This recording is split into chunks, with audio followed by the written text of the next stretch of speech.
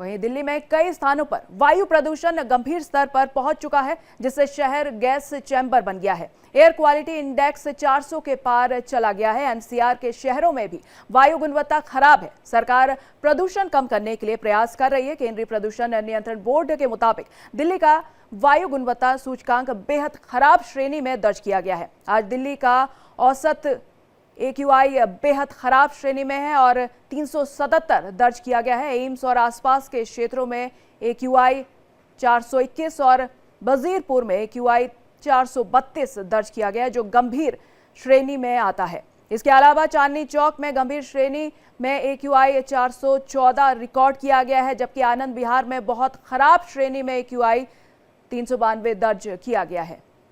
तो दिल्ली में लगातार ये देखा जा रहा है कि वायु प्रदूषण जो है AQI लेवल जो है खराब श्रेणी में ही आ रहा है और लगातार बढ़ रहा है प्रदूषण, जिसके कारण कई सारी बीमारियां भी हो रही हैं लोगों को और कई इलाकों में AQI जो है 300 के पार पहुंच गया है। बेहद खराब स्थिति में दिल्ली की हवा।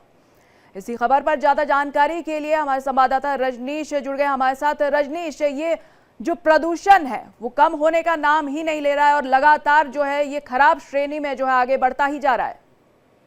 देखिए, दिल्ली में जब दिवाली की रात थी उस दिन जब पटाखे चलाए गए थे, आतिशबाजी हुई थी, उसके बाद से लेकर अब तक प्रदूषण की जो समस्या है वो लगातार दिल्ली में न सिर्फ बनी हुई है बल्कि रोजाना इसकी जो अगर रफ्तार की अगर बात की जाए तो डेली इसकी रफ्तार बढ़ रही है।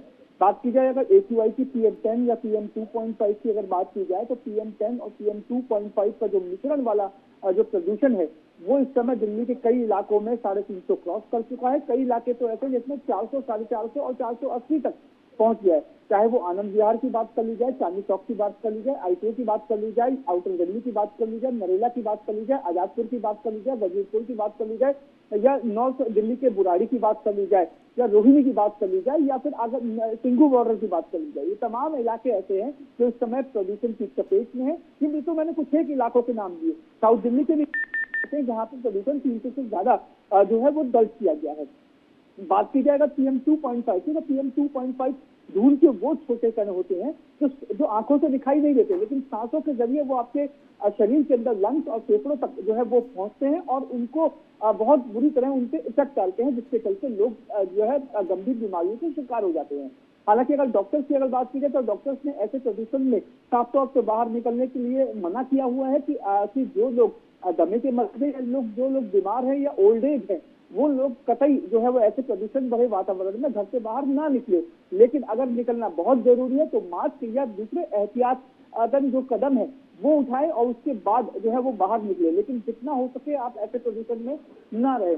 वहीं अगर दिल्ली सरकार की बात कर ली जाए तो दिल्ली सरकार भी लगातार इस प्रदूषण को लेकर जो है वो कोशिशें कर रही है। चाहे वो आप देख लीजिए कि BS जो है वो 6 की बात कर रही है, चाहे वो आप देख लीजिए कि BS जो है वो 6 की बात कर ली जाए, या फिर जो प्रदूषण के चलते जो